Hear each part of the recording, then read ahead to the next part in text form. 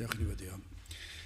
Diolch yn y unwaith eto, Dduw, mae fraint o gael dod ger dy fron i ni yn cyflwyno oedfaith ofal di yn gofyn i ti fod yma ni'n plith i dy wallt ysbryd arnom. Tyr di'n plith, bendithiad i'w gela ni i ni'n gofyn hyn o trwy enw ac heiddiant i'n harglwydd Iesu Grist. Amen.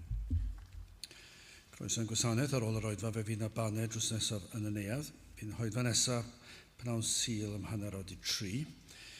Gech atgoffa am ein noson o emynau, nos Iau, Mai y 19, am hanner awr wedi 7 yma yn y capel. Nawr, wrth i'r casgliad gael ei gymryd, gen i ganu tra'r un heistedd emyn rhif 363. Wel, dyma'r eiddyl, dyma'r gwan yn gryddfan wrth dy droi. 363.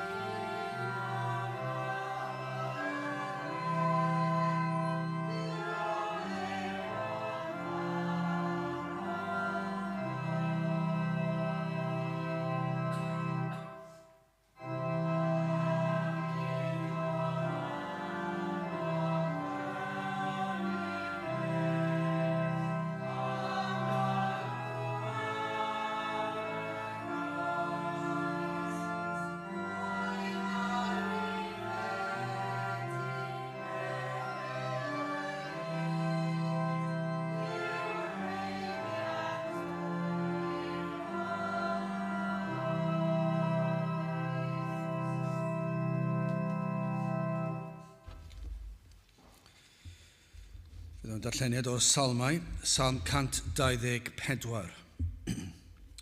Salm 124, dechrau'n yr adnod gyntaf. Oni buasau yr arglwydd, yr hwn a fi gyda ni, y gall Israel ddywedyd yn awr. Oni buasau yr arglwydd, yr hwn a fi gyda ni, pan gyfododd dynion yn ein herbyn. Yna yn Llyncasent ni yn fyw, pan enynodd ei llyd hwynt i'n herbyn. Yna y dyfroedd a lifasau drosom, y ffrwd a eithau dros ein henaid. Yna yr eithau dros ein henaid ddyfroedd chwyddedig. Bendigedig fyddo'r arglwydd, yr hwn ni roddodd ni yn ysglyfaeth i'w danedd hwynt.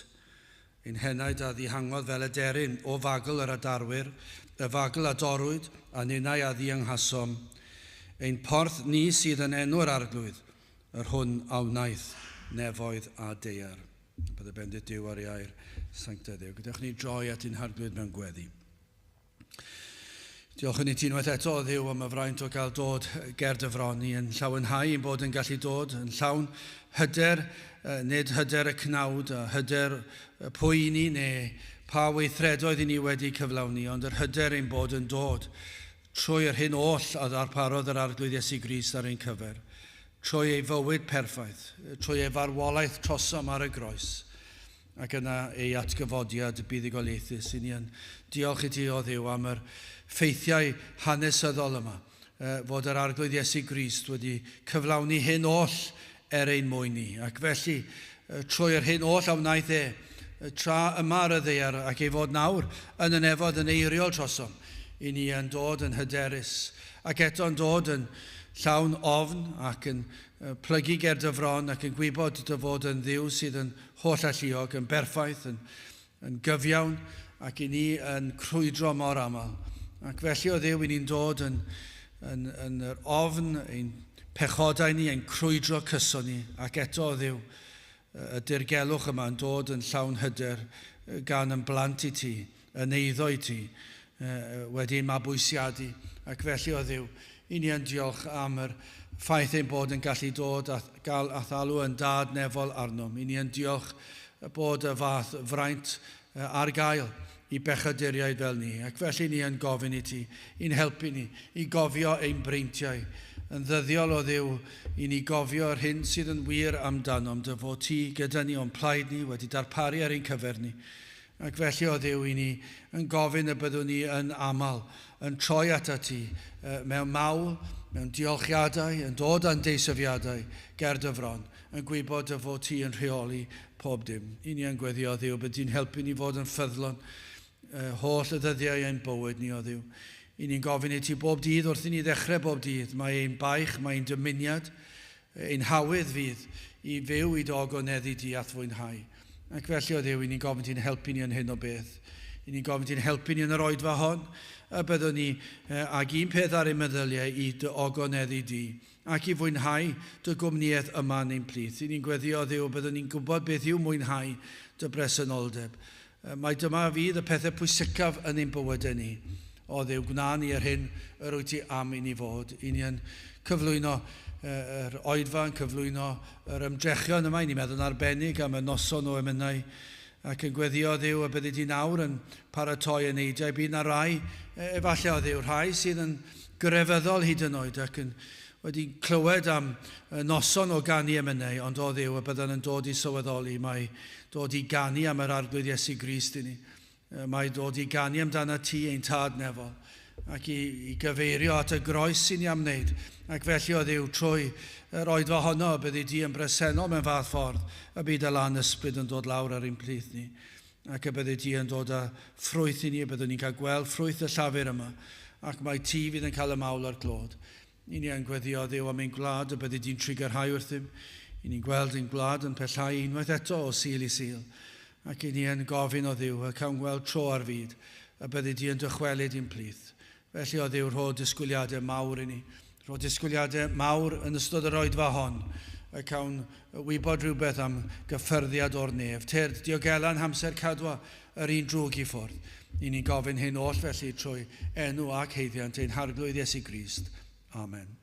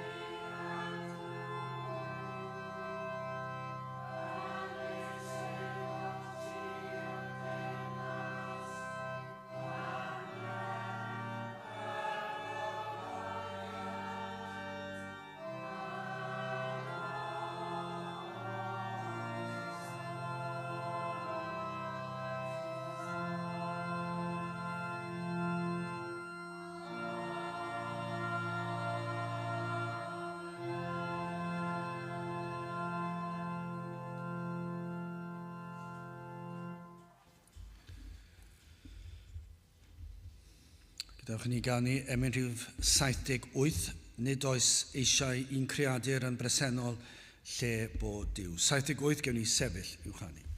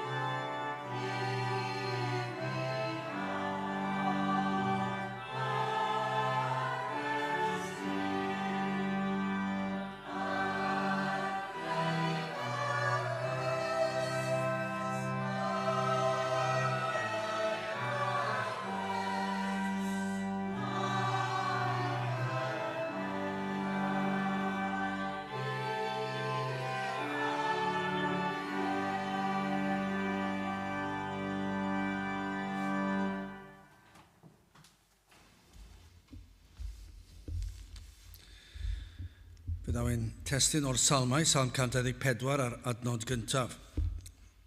Salm 124 ar adnod gyntaf. Oni biasau yr arglwydd yr hwn a fi gyda ni y gall Israel ddywedyd yn awr.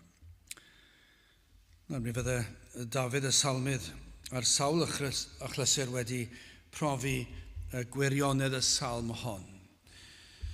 Bydde hyn wedi bod yn wir fel cynrychiolydd pobl Dduw, fel cenedl.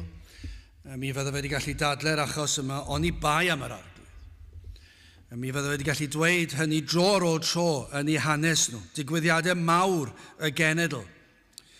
Y modd y bu yr arglwydd i harwain allan o drwbl. Ond hefyd, mi fydde y salmydd wedi gallu tystio i hyn yn bersonol. Bydde y gwirioneddau yma wedi bod yn real iawn iddo fe. Bydde fe'n tystio i hyn, y modd y daeth yr arglwydd ei wared allan o dreialon a pheryglon yr enaid. Dyma felly hefyd sydd yn wir o blant yr arglwydd ar draws y canrifoedd i bob Cristion. Drwy bob cyfnod o hanes y byd a hanes yr eglwys, y mae'r Cristion yn gallu tystio i hyn am ofal yr arglwydd drosto. Mae'n gallu dweud, oni bai am yr arglwydd. Yna anobeithiol fyddai ein sefyllfa ni, ein cyflwr ni, ac y byddai na iselder yn dod mewn, mi fyddai treialon yn cynyddu, ac ni fyddai yn gwybod pa le i droi. Ond mae'n rhywbeth y mae'r Cristion yn gallu tystio fel y salmydd, am y gofal yma, yn y modd, yn gyntaf, yr achubwyd, yr enaid. Mi fydde Dafydd wedi gallu tystio hyn, mae'r Cristion yn gallu dweud hyn, y modd y mae'r enaid wedi achub. Ac yna, yn gallu tystio'r un peth trwy taith bywyd. Gall y Cristion dystio waradigeth yr arglwydd. Ac felly, fe ganna glod i'r arglwydd am ei holl fendithion. Mae'n pwysleisio yr hyn yn y ddwy adnod gyntaf. I chi'n gweld, mae yna ail ddweud yma. Ac yn y gwreiddiol, mae'n fwy bratiog, ond i bwrpas. Ac pan mae yna ail ddweud, mae yna bwrpas. Yn aml i ni'n ail ddweud, achos i ni falle wedi anghofio bod ni wedi dweud yn y lle cyntaf, neu ddim yn siŵr be ni'n mynd i ddweud yr ail nes ymlaen. Ac felly ni'n ail ddweud rhywbeth, ond nid felly yn yr ysgrythyr. Pa mae yna ail ddweud, mae yna reswm. Ac mae yna reswm fan hyn, lle mae'n canolbwyntio ar dynnu sylw y gwrandawr. Ond nid yna beth i ni am wneud, yw tynnu sylw y gwrandawr. Dyna mi fydd pob un rhan o'r ysgrythyr i ni am dynnu sylw. Dyna beth oedd yr apostolion, dyna beth oedd y proffwydi yn neud. Mi roedden nhw'n cyfarch y dorf, ddim yn tynnu sylw at nhw hunan, ond am dynnu sylw y gwrandawyr at y neges oedd ganddynt. Dyna beth mae athrawon yn neud, bob dydd yn yr ysgol. I chi'n gweld yr disgyblion o'ch blaen chi, a chi'n gweld y crwydro, a chi'n gweld y meddyliau'n dechrau breuddwydio, neu plant yn chwarae, neu beth bynnag. Ac felly mae'r athro wrthi yn meddwl am ffyrdd o dynnu sylw y disgyblion, achos mae'n bwysig. Achos os gollen nhw hwn, falle ni fydd y wers hon yn cael ei ail gyffwrdd am fisoedd a misoedd, falle blwyddyn arall. Felly mae'n bwysig. Ond mwy felly yn yr pethau'r ysgrythyr, mae bob un brawddeg yn bwysig. Ac mae pob un brawddeg y mae'r pregethwr neu'r salmydd neu pwy bynnag am dynnu sylw'r grandawyr. Ac yma hefyd, mae yna rhyw ymdeimlad yn y geiriau. Mae yna rhyw emosiwn yn y geiriau. Mae'n rhoi'r holl glod i Dduw. Pam? Gan fod Duw o'i blaid. Mae am i bobl o'i gwmpas y sylweddoli. Ydych chi'n gwybod fod Duw o'n plaid ni? Nid mewn ffordd balch, nid mewn ffordd ffôl, nid mewn ffordd o'n i'n dweud i ni wedi profi bod ni'n well na chi. Dim felly, be mae am dweud? Dwi am i chi wybod fod Duw o'n plaid ni. Ac felly dwi am i chi wybod nad yw Duw o'ch plaid chi, os ych chi allan o'i ewyllus ef. Felly mae'n bwysig yn dweud, mae'n bwysig. Dim syndod bod ail ddweud yma. Mae'r ail ddweud yma yn arwyddocâl iawn. Mae angen i bobl i wybod, unai fan hyn, neu'r rhai sy'n gwrando ar y we, i ni yn meddwl, neu falle rai fydd yn gwrando ar y we yn ystod yr wythnos, neu mewn 10 mlynedd efallai. Efallai bydd y neges yma yn ysgytwad i rywun. Mae angen i chi wrando, mae angen i chi glywed, mae angen i chi ystyried. Achos mae'r penawdau yma mor bwysig yn gyntaf, dwi am edrych ar y ffaith ei fod yn ein herbyn ni, fod Duw yn ein herbyn, neu yn ail yna, fod Duw o'n plaid ni. Ac yn olaf felly ein mawl oherwydd hyn. Wel, yn gyntaf, y testyn ofnadwy hynny, ond gwir, mae'r gwirionedd yma, fod Duw yn ein herbyn. Dyma'r mae'r salmydd yn datgan sydd yn wir i ddechrau gyda. Os na i ddarllen y 2 adnod gyntaf eto. Oni biasau yr arglwydd, yr hwn a fi gyda ni, y gall Israel ddywedyd yn nawr, oni biasau yr arglwydd a hwn a fi gyda ni, pan gyfododd dynion yn ein herbyn, yna yn llyn-casent ni yn fyw, pan ynynodd ei llyd hwynt i'n herbyn. Mae wedi deall do. Mae'r salmydd wedi deall. Mae'n gwybod beth yw yn gyntaf i fynd trwy trialon yr enaid, ac ofnau'r bedd, mae'n gwybod hynny, mae'n gwybod yr ateb i hynny, mae'n gwybod beth yw cael gylynion, mae'n gwybod beth yw cael pobl yn erbyn y diwiol, mae'n gwybod beth yw cael pobl sydd allan am ei waed yn llawn atgasau, mae'n gwybod hwn i gyd. A be mae'n dweud, oni biasau yr arglwydd yr hwn a fi gyda ni, ac felly, yn amlwg felly, mae'n rhesymegol yn diwedd, y gwrthwyneb sydd yn wir o'r anghredadyn. Os yw'r arglwydd o blaid rhai, a mae'r salmydd yn dweud fod yr arglwydd o'i blaid e. Ond os yw hwn yn wir, os yw'r arglwydd o blaid rhai, yna yn naturiol felly, nid yw'r arglwydd o blaid rhai eraill. Mae'r rhaid iddo fe fod. Mae'r rhesymeg yn rhywbeth pwysig, a problem sydd gyda ni, yr rhai ni'n pregethu tuag atynt, yr rhai sydd tu allan i Crist, y mae eu rhesymu nhw wedi llygru, dyn nhw'n mynd i weld e. Ond mae mor glir, ynddo e? Nag yw e mor glir? Nid pawb fydd yn mynd i'r nefoedd. Mae'n hirt i ddweud y fath beth. Ni fyddai'r byd eisiau i bawb fynd i'r nefoedd, achos mae yna gymaint o bobl yn y byd dyn nhw ddim yn hoffi. Ac felly, ni fyddai pobl crefyddol eisiau i bawb i fynd i'r nefoedd, ond pwy sy'n penderfynu, pwy sydd ddim? Nifer crefyddwyr sydd yn mynd i ddod ar ôl linell, ac os mae rhywun yn croesi'r linell honno, mae nhw'n dweud, ewch chi ddim yn nefoedd achos i chi ddim yn neis, neu chi'n ddrwg, neu chi di dwyn, neu chi di lladd, neu chi wedi wneud pob math o bethau. Pwy sy'n penderfynu? Ac eto, dyn nhw ddim yn gallu egluro'r peth, dyn nhw ddim yn gallu esbonio'r peth, achos does ganddynt ddim athrawiaeth. Ac i chi allu gweld, maen nhw'n dryswch, dyn nhw ddim yn gwybod be maen nhw'n credu, a mae'n rhai yn pregethu hyn. Chi'n gwrando, falle rhai bydd yn pregethu math yma, beth ych chi'n meddwl, beth i chi'n ei ddweud, achos dyw e ddim yn glir. Achos beth mae'n glir fan hyn yw, fod Duw o blaid rhai, ac mae yn erbyn rhai eraill. Rhaid iddo fe fod felly. Mae yn ystyriaeth ofnadw. Mae e'n codi dychryn mewn frawychus. Gai ofyn os yna rhywun sydd yn gwrando, sydd yn ansicr am hyn, os yw yr arglwydd o'ch plaid, neu yn eich erbyn. Ydych chi yn ansicr, os yna rhywun sydd yn gwrando, sydd ddim yn siŵr. Achos mae hwn yn rhywbeth mawr yn diwe.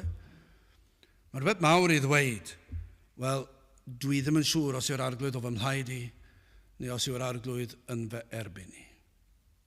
Achos mae hwnna rhywbeth fwy pwysig nag unrhyw beth arall. Lle chi ddelio materion eraill i gyd yn maes o law, pethau bach bywyd, ond dyma i chi y mater pwysicaf oll. Nawr wrth gwrs, mae'r Salm yn sôn, i ni'n gweld nes ymlaen am adar yn cael ei dal mewn magl, i chi'n gweld mewn rhyw fath o drap. Neu, falle, mae'n sôn hefyd yn y Salm yma am un yn cael ei ddal fel ysgylyfaeth. A dyma un o fagle yr un drwg. Dyma un o'r pethau twyllodrus y mae yn ei wneud i ddal pobl yw hyn. Mae'n peri nad ydych chi'n sylweddoli eich bod wedi'ch dal mewn trap yn y lle cyntaf. Dyna i chi. Os chi eisiau magl, dyna i chi beth. Chi ddim yn sylweddoli bod chi wedi cael eich dal. Mae'n erchyll yn diwe. Ond mae Satan yn dwyllwr o fri. Ac mae am i yneidiau feddwl ei bod yn ddiogel, achos os maen nhw'n ddiogel, os enaid yn meddwl ei bod yn ddiogel, yna ni fyddant yn ymdrechu i ffoi. Ond nid yw'n wir? Os maen nhw'n digon hapus ei byd, ni fydd na unrhyw ymdrech i newid y peth. Ni'n digon hapus, diolch yn fawr, na ni aros fel ac yr ydyn ni. Ac felly mae Satan, y twyllwr mawr ag yr yw yn twyllo yneidiau ei feddwl ei bod yn ddiogel. Ond maen nhw wedi caethiwo, maen nhw wedi dal. Ac felly mewn perygl o'r mwyaf. Falle bod yna rai yma, neu sydd yn gwrando, sydd yn llawn hyder yn meddwl dim o Dduw fel un sydd yn ei herbyn. Achos eto, dyma'r broblem, yna rhyw gamddealltwriaeth mawr yn does na. Os oes na unrhyw gydnabyddiaeth o Dduw, yna mae yna rhyw ddarlun o rhyw fod caredig hen, sydd ddim yn gallu gweld, ddim yn gallu clywed yn iawn, a fydd yn chwyrthyn ar bob math o bethau, sydd ddim yn sylweddoli. Dyna'r darlun, os oes na unrhyw ystyriaeth o Dduw. Mae yna rhyw feddylfryd, fi Duw yn fy nerbyn i, ac yn sicr os dwi'n mynd i gapel, yn sicr os ai gapel e fy ngyledd, mi fyddai siŵr o fy nerbyn i, mi fyddai siŵr o fy nghroesawu fi, achos dwi wedi trio fy ngorau. A dyna rhyw fath o feddwl sydd gan bobl. Ond dyn nhw ddim yn meddwl am Dduw fel un sydd yn gallu bod yn nerbyn pobl. Ond dyna be mae'r ysgrythyr yn dweud, mae i ni yn elynion i Dduw, ac mae e'n ein herbyn ni. Dyw e ddim yn gallu edrych ar bechod. Fe fydd e'n condemnio'r pechadur. Fe fydd e'n tystio yn ein herbyn ni. Dyna be mae'r Beibl yn ei ddysgu. Ond os na rai sydd yn llawn hyder, yn meddwl dim byd o Dduw fel un, fydd yn ei condemnio ac yn ei herbyn nhw. Ystyriwch gair Duw am eiliad bach. Ystyriwch yr hyn y dywed y Beibl am Dduw. Mae'r geiriau yma, Duw fel un sydd yn holl alluog, holl wybodus, holl bresennol. Maen nhw'n eiriau mawr ond dyn nhw. Dyn nhw ddim yn anodd yn y Gymraeg. Chydig bach yn anoddach yn y Saesneg, ond maen nhw'n ddigon hawdd yn y Saesneg, ond dyn nhw ddim yn eiriau anodd i ddeall, achos mae'r gair holl yn hawdd i ddeall, a mae galluog yn hawdd i ddeall. Rhowch y ddoi da'i gilydd, dim ond un sydd, holl a lluog. Holl wybodus. Holl bresennol. Mae hwnna'n lot o holl. Mae e'n bobman. Mae'r gorau gall e fod. Mae e'n gwybod popeth gellir i wybod amdano. Mae e'n deall popeth gellir i ddeall. Mae e'n gallu wneud popeth sydd angen i wneud. Mae e mor bwerus. Dyna beth i ni'n deall fan hyn o Gaerdyw. Ac mae e ym mhob man. Mae e ym mhob man, mae bob twll a chornel, ymhen draw'r byd, yn y gwledydd yma sydd wedi hen droi cefn ar Dduw, yr rhai sydd erioed wedi clywed yr efengyl efallai. Falle'r ardaloedd sydd ddim wedi cael capel erioed, mae e yno ac mae'n gweld y cyfan. Dyna beth mae'r holl yma'n golygu, mae e'n bob man. Mae'n ormod i'n meddyliau bach ni i ddeall, ond dyna beth mae'r Beibl yn ei ddysgu amdano. Ond mae'n ddigon yma i ni ddeall hyn. O mae Duw yn gwybod popeth amdanom ni.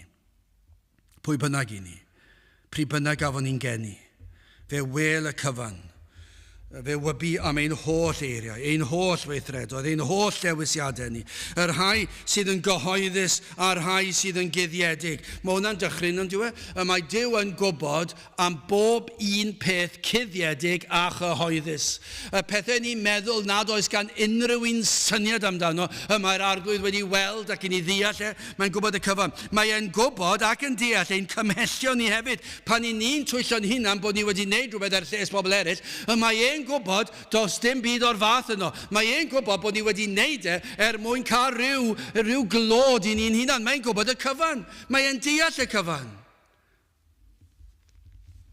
Mae y Duw yma yn ôl y Beibl yn berffaith, yn gyfiawn, yn ei holl weithredoedd. Does dim anhegwch yn dod yn agos iddo. Dyw e ddim yn gallu bod yn farnwr sydd, fel fi'n siŵr bod yna lawer iawn yn does na o farnwyr a pobl mewn llysoedd sydd yn torri'r gyfraith ei hunan ac yn cael ei llwgwr o brwyo a chael ei talu nhw 10,000, 100,000, 1,000 o bunnau a pob math o bethau mwyn dod â rhyw feirniadaeth llai llym, dim byd o'r fath fan hyn. Mae Duw yn gyfiawn. A mae hwnna'n codi dychryn ar bobl sydd yn eog. Mae e'n gyfiawn, does dim un pechod yn mynd o'i olwg e. Mae e'n deall y cyfan. Mae'r Beibl yn dysgu ni, fe roddodd Duw gyfraith i ni. Cyfraith sydd yn berffaith ac yn bir ac yn lân. Mae e'n dda, yn gywir ac yn gyfiawn. Nid oes dim byd sydd yn y gyfraith yn anheg. Ond mae hyn i gyd yn frawychus, ond mae'n codi dychryn arnoch chi, achos fe wel pa mor fyr i ni'n dod o'i safon. Mae e'n gallu gweld yn glir ym mhob achos, pob unigolyn. Mae'n gallu gweld pa mor fyr i ni'n dod o'i safon. Nid y safon i ni wedi osod. Nid y safon y mae pobl crefyddol yn ei osod ac yn dod at rhyw benderfyniad personol. Dyma be fi Duw yn dweud ac unrhyw un sydd yn dod o dan hyn yn cael ei condemnio am pob un arall fel fi yn mynd i fod yn iawn achos i ni'n neis yn y bôn. Dyna sydd mae'r byd yn, mae'r rhaid mae dyna sydd nhw'n siarad achos pa ffordd arall gallen nhw siarad achos os dim mae rhaid nhw ddod nôl at y gwirionedd yn y Beibl. Mae Duw yn gweld bod ni oll, mae'r Beibl yn dysgu ni, mae pob un ohono ni wedi dod yn fyr o'i ogoniant, yn fyr o'r safon. Dydyn ni ddim yn dod yn agos at gadw i gyfraith e. Mae ganddo fe gofnod o'n holl fywyd. Fe wybu pan y dywysom wrthod ei air. Mae'n gwybod am hynny. Mae'n gwybod pan wnaethon ni wrthod ei air e. Fe wybu am yr adegau y gwrthodom ymateb i'n cydwybod ni a dewis llwybr anghywir. Sawl gwaith yma i rhywun yn y byd efallai ac yn gwybod fod y cydwybod yn dweud wrthyn nhw na, Ond maen nhw'n penderfynu anwybyddu'r cydwybod. Yr hodd yna mae Duw wedi rhoi yn ein gwneithuriad ni, bod e wedi rhoi y fath beth a chydwybod, ond yna beth sy'n digwydd, mae Duw yn gwybod pa mae'r unigolyn wedi gwrthod y cydwybod. Maen nhw wedi dewis peidio dilyn y cydwybod. Ac efallai wedyn i ymhen amser, mae'r troi yn erbyn y cydwybod yn dod lot yn haws. Mae Beibl yn dysgu ni'n diwe. Ar ôl amser, mae'r cydwybod yn mynd mor oeraidd, mor galed, does dim mae'n edrych fel nad oes cydwybod yno. A mae Duw yn gwybod pryd ddechreuodd e, a mae'n deall yn iawn bod chi'n mynd yn groes i'r cydwybod. Mae'n gwybod pan nad ydym yn pwyso ar ei fab Iesu Grist. Mae'n gwybod hyn, fe wybu os yr anwybyddom yr hyn a wnaeth Iesu Grist drosto. Mae'n gwybod pan y codwn ddyrnau i fyny ato, a thrwy ein gweithredoedd yn gweiddi croes hoelia ef. Mae'n gwybod y cyfan. Dyma'r Duw, mae'n deall y cyfan. Mae'r Beibl yn dysgu ni am natur Duw. Mae Duw yn gweld, yn deall y cyfan, mae'n gwybod. Hyd yn oed os na ynganwyd y geiriau croes hoelia ef, mae'n gwybod fod y weithred yn gweiddi hynny. Pan mae rhywun yn gofyn i chi, a newch chi ddod i oedfa? A bron iawn y geiriau sy'n dod i'w croes hoelia ef. Dwi'n mynd dweud na, wrth gwrs. Mae'n dweud, na, sori, dwi'n brysur. Mae gen i ymarfer côr nos iau. Mae'n od sut mae côr trwy'r amser, mor bwysig.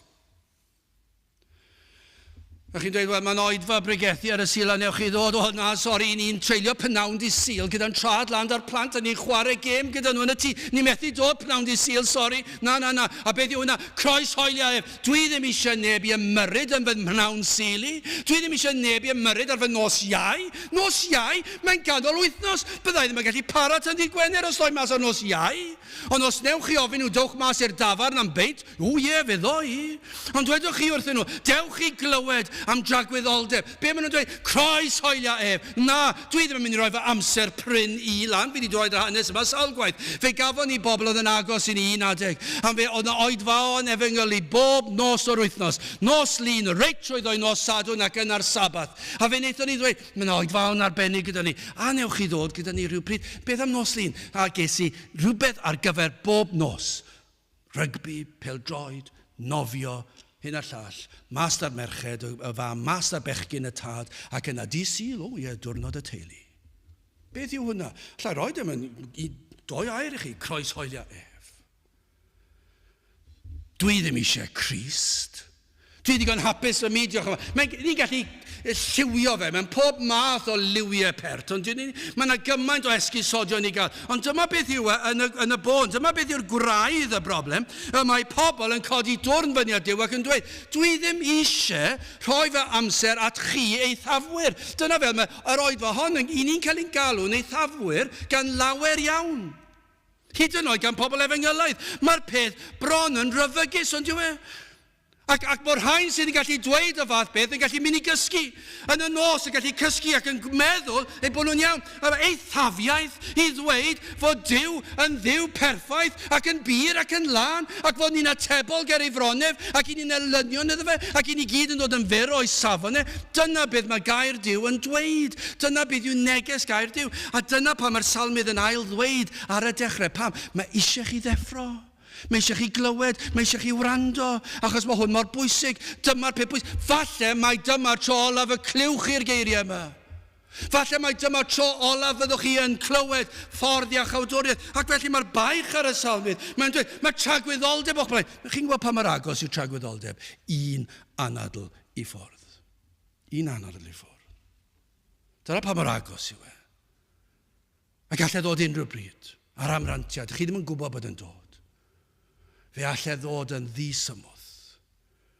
Ac chi wedi camu dragwyddoldeb. Dyna pam mae hwn mor bwysig. Dyna pam ni eisiau cadw sylw pobl. Dyna pam ni eisiau deffro pobl. Dyna pam mae'r salmydd yn ail ddweud y geiriau yma.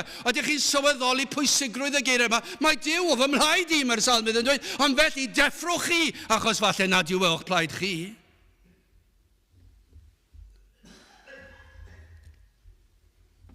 Pobl sydd yn gweiddi croes hoelia ef. Nad oeddem am ei ddylanwad ar ein bywydau. Mae e'n farnwr sydd ar holl dystiolaeth. ac ni wna un camgymeriad. O, mae hwnna'n ofnadw yn diwedd. Os ych chi wedi gwneud rhywbeth yn anghywir ambell waith, falle gwneud rhywbeth difrifol mawr yn falle anghywir, a chi'n gobeithio nad oes neb yn gwybod. Falle bod chi wedi parcio rhywle. Chi wedi torri'r gyfraith. Chi'n meddwl, dwi'n gobeithio nad oes neb wedi gweld hwnna. Yn y gwaith, falle bod chi wedi anghofio arwyddo rhyw ddogfen. A chi'n gwybod, os dwi ddim wedi arwyddo hwnna, dwi'n mynd roed y dyddiad iawn lawr arno fe. Ac os fydden nhw'n gweld hwnna, mae'r holl beth yn mynd yn chwal, fyddai'n mynd trwbl. A chi'n poeni, chi'n meddwl, gobeithio na fydden nhw'n sylweddoli. Math yno beth. Ond chi'n gwybod beth, allwch chi ddim wneud hynny. Falle bod yna sawl un sy'n ei torri'r gyfraith yn fwy ddifrifol yn dweud, gobeithio nad oedd na dist o gwmpas y lle. Gobeithio nad oedd na gamera yn edrych. Gobeithio nad oedd na heddwas gerllaw. Gobeithio nad oes na rhywun bydd yn gallu dod i'r llys ac tystio iddynt yn gweld i neu beth bynnag oedd e. A dyna sut mae'r llawer yn gobeithio. Gobeithio, croesi bysedd, cyffwr pren. Ond chi'n gwybod beth, pan mae'n dod ger bron Duw, mae'r cyfan ganddo fe. Mae e lawr i'r manylyn olaf. Mae e'n gwybod am bopeth i ni wedi ddweud a'i wneud. Does dim byd o'i olwg e. A does dim un camgymeriad. Mae e'n frawychus. Ac am frawychus o feddwl ei fod yn ein herbyn, fe fydd yn tystio yn ein herbyn ni. Gan fod pob pechadur yn elyn i Dduw. Ac felly y mae ef yn mynd i gondemnio'r pechadur.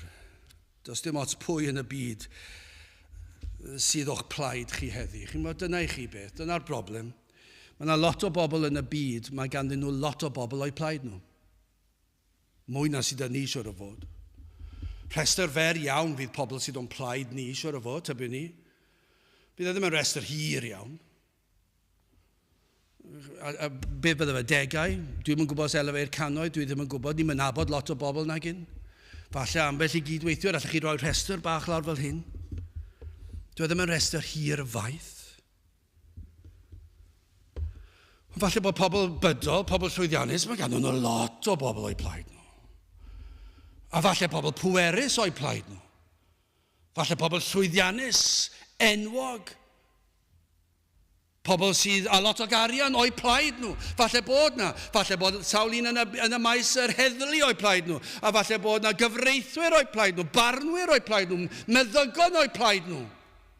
Llaw feddygon o'i plaid nhw, pobl mawr, ac ceir mawr crand, a mae gen nhw'n lot o ffrindiau, a maen nhw'n gallu dweud, petai angladd iddyn nhw, mi fydda'r lle yma'n cael ei lenwi cannoedd o weithiau, ac mae gymaint o bobl o'i plaid nhw. Ond allai ddweud hyn, os nad yw Duw o'i plaid nhw, dwi ddim yn werth dim, nag yw e?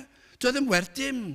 Os nad yw Duw o'n plaid ni, does dim ots pwy sydd o'n plaid ni, ofer yw'r cyfan.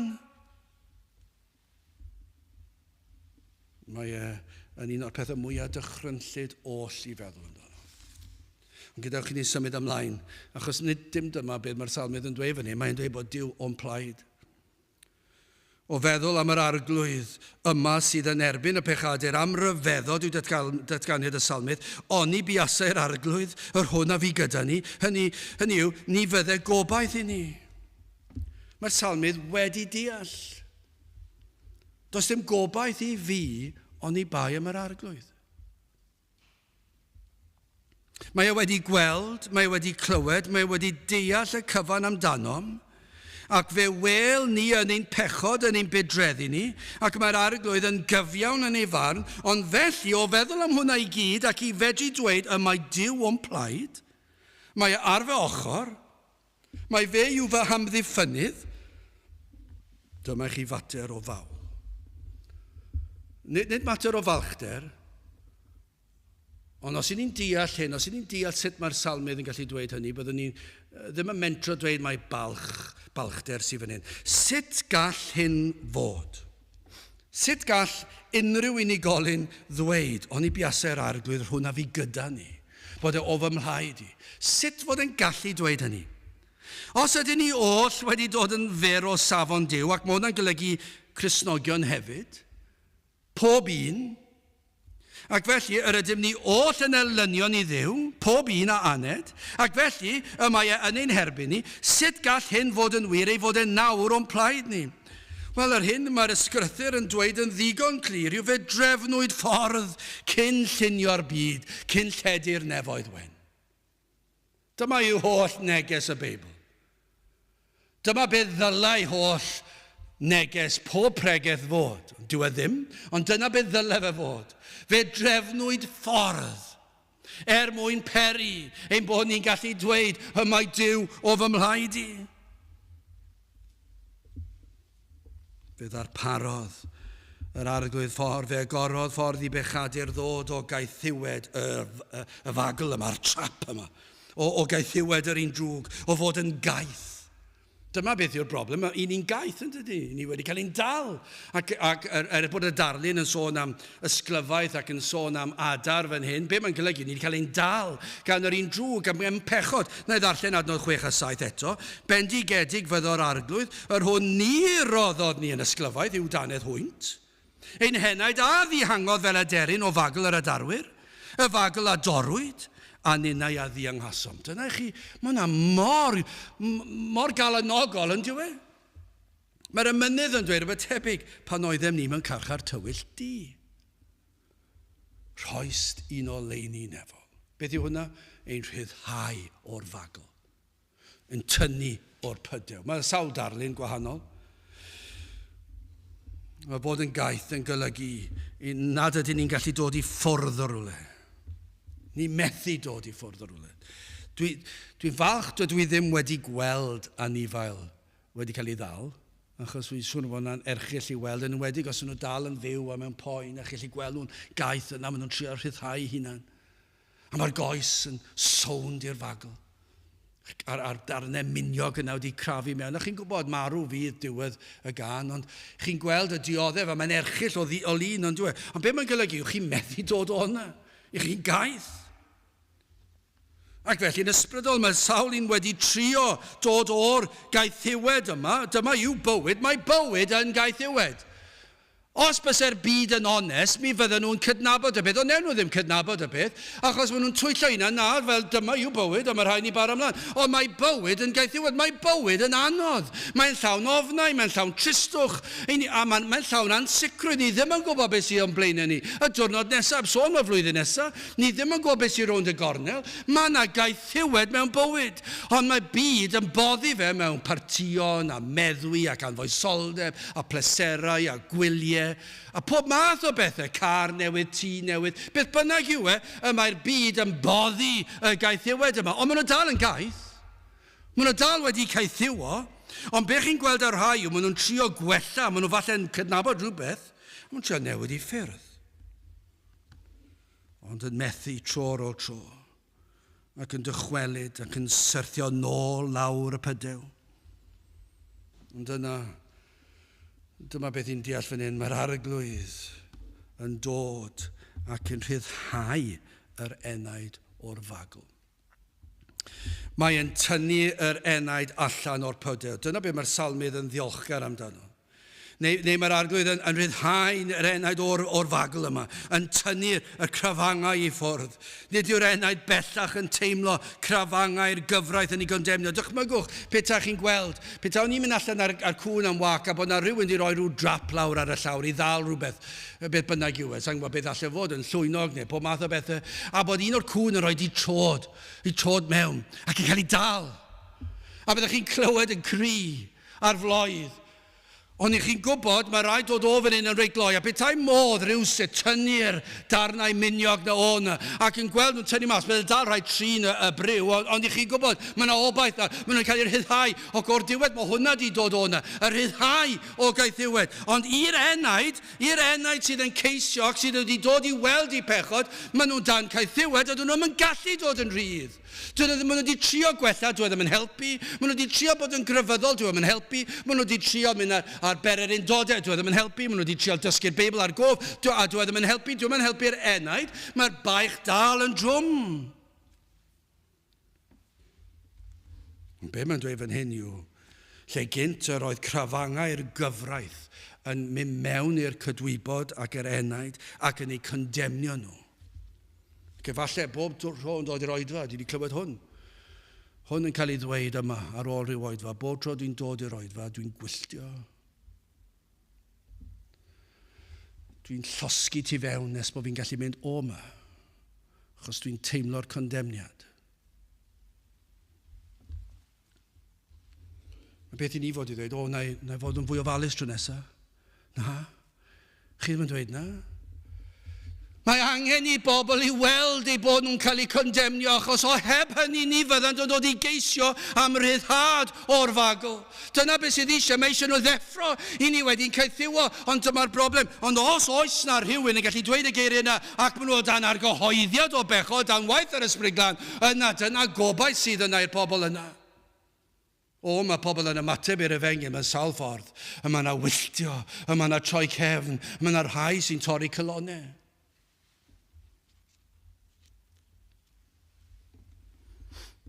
Ond am rhyddhad, pa mae cryfangau'r gyfraith yn cael ei tynnu i ffwrdd o'r enaid a'r cydwybod. Lle nad yw'r enaid bellach yn teimlo y condemniad. Nid yw'r cydwybod yn pigo dim mwy. Pam mae'r arglwydd wedi delio â'r cyfan? Mae e'n rhyddhau yr enaid. Mae e'n tynnu'r faich oddi ar yr enaid. Be mae'n dweud wrth yr enaid? Mae'n dweud, dwi wedi cadw'r gyfraith i ti. Ond mi'n addadle, ond dwi wedi methu, dwi wedi trio gwella fi na'n, ond mae'r arglwydd yn dweud, ond dwi wedi cadw'r gyfraith yn dyledu. Ond dwi'n teimlo mor eog fy mod i wedi dweud hwn ac wedi gwneud y llall a wedi peidio gwneud hyn. Dwi wedi gwastraffu hanner canrif o fy mywyd yn y byd ac mae'r gyfraith yn nghondemnio. Ond mae'r arglwydd yn dweud, dwi wedi cadw'r gyfraith yn dyledu. A pan maen nhw'n dod i sylweddoli hynny, mae'r baich yn mynd, mae'r eogrwydd fel mynyddoedd byd yn cael ei codi. Ond sut mae hwn yn digwydd? Sut mae'r faich yn cael ei codi? I ni'n gwybod pam. I ni'n gwybod pam bod yn digwydd, achos am gariad Duw. Dyma gariad fel y moroedd. Tostyr ieithau fel y llu. Ioan 3:16. Canis felly. Dyma pam. Os chi eisiau gwybod pam yn digwydd? Canis felly y caro Duw y byd fel yr rhoddodd e fe, ei unig anedig fab, fel na choller pwy bynnag a gredo ynddo ef, ond caffael ohono fywyd trygwyddol. Ni allu ni roi hwnna mewn geiriau eraill. Neu caffael ohono i rhyddhau o grafangau'r gyfraith, o gaethiwed Satan, o dylanwad pechod. Dyna beth yw, fe rhoddodd, canis felly y caro Duw y byd, yr rhoddodd ei unig anedig fab. Fe anfonodd e Iesu Grist, fe roddodd e am rodd. Ac mae'r rhodd yma'n cynnwys, mae hyn oll yn cynnwys, i'r Iesu ddod ac bodloni gofynion y tad. Mwyn rhyddhau'r pechadur o afael yr un drwg, o gryfangau Satan a phechod. Rhaid oedd i'r Iesu ddod. Amhosib oedd i unrhyw un arall wneud y fath dasg o rhyddhau enaid o gaethiwed. O fe ddath Iesu Grist fel dyn. Ni'n cynrychioli ni. Yr oedd yn dduw, ond hefyd fe ddaeth fel dyn, ond yn ddyn perffaith. Ni lygrwyd Iesu Grist a phechod, ac felly i ni wedi gweld, mae wedi gwneud y cyfan i ni. Mae wedi darparu popeth. Dyna sut mae e'n bosib. Mae Iesu Grist wedi darparu'r cyfan, wedi darparu gyfiawnder, mae wedi delio gyda'r gosb, mae wedi dangos ei fod e'n fuddigolaethus ar y trydydd drydd trwy goncro'r bedd a Satan ac uffern a phechod. Fe gosbwyd e yn bob un gweithred, bob gair, am bob dymuniad a lygrwyd gan bechod ar ein rannu. Fe ddarparodd e'r gwaed i'n golchi ni'n lan. Felly sut i ni'n gwybod iddo lwyddo? Wel, mae'r holl ysgrythur yn datgan hyn. Fe lwyddodd e'n do. Ar y trydydd dydd fe goncrwyd y cyfan. Fe ddywedodd yr Iesu, fe wahoddodd yr Iesu'r pechadur i ddod ato fe. Nath Iesu Grist ddim dweud, dwi wedi clywed yn ddiweddar, mewn rhyw sgwrs rhwng rhai, ond yn dweud bod nhw'n gytun. Mae beth oedd y neges ffydd? Oedd i chwilio am yr hyn sydd yn gyffredin ym mhob ffydd, ym mhob crefydd, ac uno rywle yn y canol fel y gallwn ni. Ac I feddwl bod hwnna'n cael ei ffregethu mewn pwlpidau yn ein gwlad fach ni, lle roedd yr efengil yn cael ei ffregethu'n bir. Dywedodd yr Iesu, ni ddywedodd yr Iesu, mae fe yw'r ffordd at y tad ynghyd â chrefyddau eraill, a syniadau eraill, a moesau eraill, ac athroniaethau eraill. Ni ddywedodd Iesu Grist hynna. Dywedodd Iesu Grist dim byd o'r fath. Fe ddwedodd Iesu Grist, mae trwyddo fe, mae fe, Iesu Grist, yw'r ffordd, y gwirionedd a'r bywyd, ac nid oes neb yn dod at y tad, at Duw y tad, ond trwyddo fe. Ac felly sut gall bobl pregethu beth am ni chwilio am beth sydd yn gytun am ein crefyddau ni. Does dim un o fan hyn, does dim cytundeb fan hyn, achos un ffordd sydd, a'r ffordd honno yw Iesu Grist. Mae'r Beibl yn glir am hyn. Ac fe wahoddodd Iesu Grist y pechadur I ddod ato fe. Ni wahoddodd Iesu Grist y pechadur I ddod at rhywun arall, at grefydd arall, a gobeithio yn y pen draw y dowch I at Duw. Does dim ffordd arall at Duw. Ond fe wahoddodd Iesu Grist y pechadur I ddod am fedduginiaeth, am lanhad, am iachawdwriaeth, am faddeuant. Fe wahoddodd y sawl sydd yn llwythog ac yn flinderog. Fe wahoddodd y newynog a'r sychedig I ddod ato fe. Achos fe ddwedodd does dim lle arall allwch chi fodloni'ch syched. Does dim lle arall allwch chi fodloni'ch newynu chi. Does dim lle arall gewch chi fedduginiaeth i'ch enaid chi. Does dim lle arall gewch chi iachawdwriaeth. Ac felly fe ddwedodd Iesu Grist, dewch ato fi, at Grist. Fe addawodd y sawl a ddaw ato ef, na fydd yn ei troi I ffwrdd. Byth. Na fydd e'n troi yr un enaid I ffwrdd. Dyna'r addewid gan fab Duw. A dyna sut y mae'n gallu dweud, oherwydd hyn, y mae Duw o fy mhlaid. Y mae'r arglwydd o mhlaid, ac mae'r cyfan o ras. Mae'n gallu dweud, does dim byd fan hyn dwi wedi wneud I ddennu'r peth. Dwi'n mynd I gallu gweithio fy ffordd lan. A mae wedi gweld y cyfan, mae wedi gweld fy mhechod, mae wedi gweld fy ngwrthwynebiad I tuag ato, mae wedi gweld y cyfan, ond fe ddath ato fi trwy Grist. Dyna pa mae'n gallu dweud. Oni biasau yr arglwydd ar hwn a fi gyda ni. Oni bai am hyn, bydde dim gobaith I mi. Oni bai fod yr arglwydd o fy mhlaid I trwy Grist. Does dim gobaith. Ond nawr dwi'n gallu dweud mae o fy mhlaid I. Pam? Dwi yng Nghrist. Mae wedi fy rhyddhau o'r fagol, o gaethiwed pechod, o'r un drwg. Wel, yn olaf yn drydydd ein mawl. Dim syndod bod y salmydd yn llawn mawl i'r arglwydd.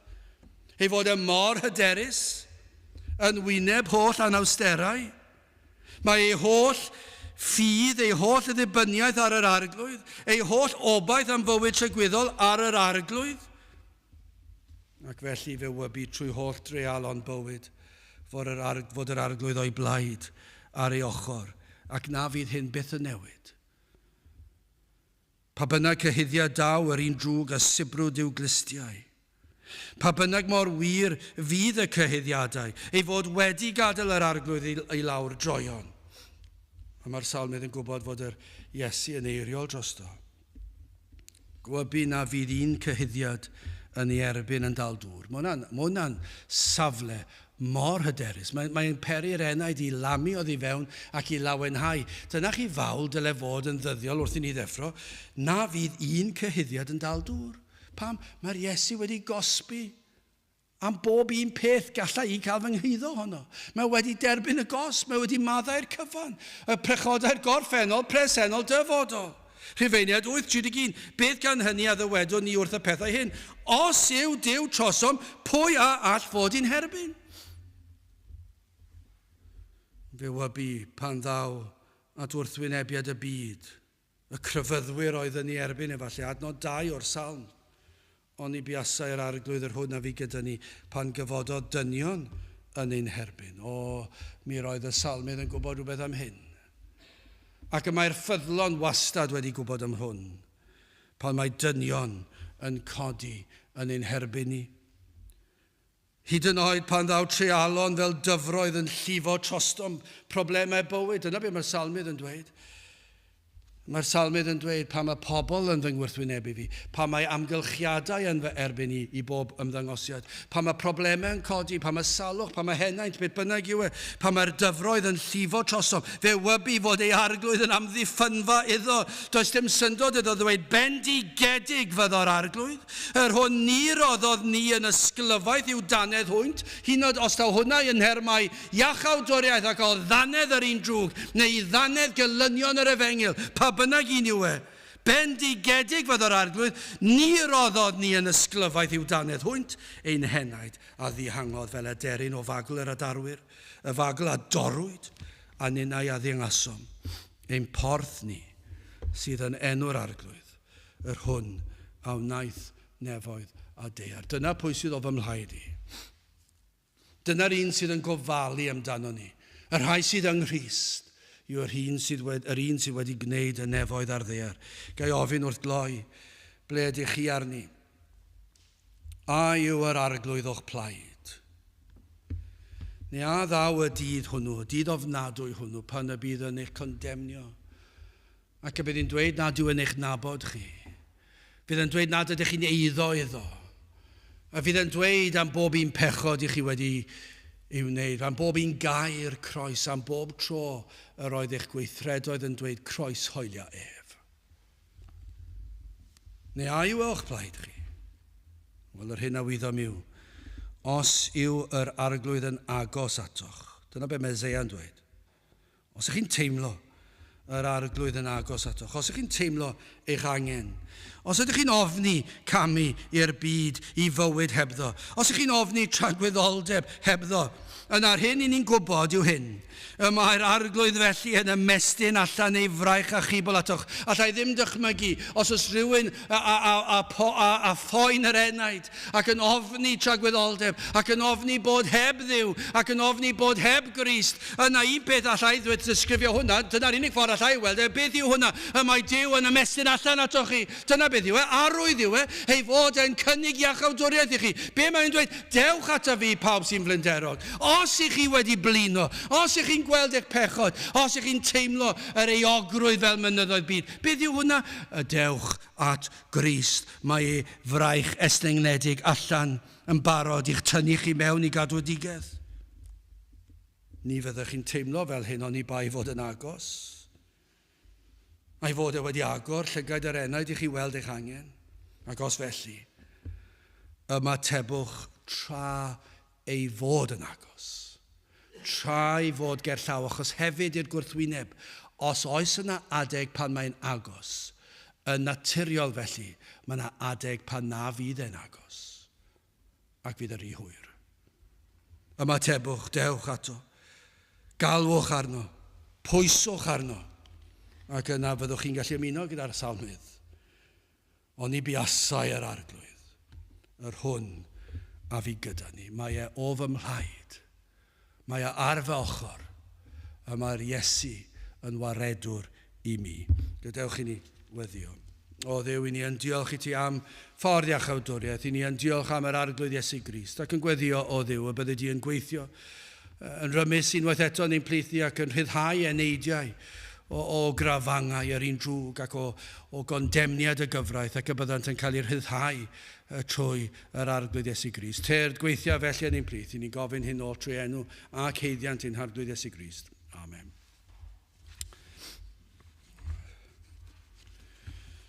Gydwch ni orffen ein gwasanaeth drwy ganu'r Emynau 202, Iesu llawnder mawr y nefoedd, gwrando lef i'n eiddil gwan sydd yn gorwedd wrth dy orsedd ac yn codi lef i'r lan. 202 gyn ni sefyll i'w chanu.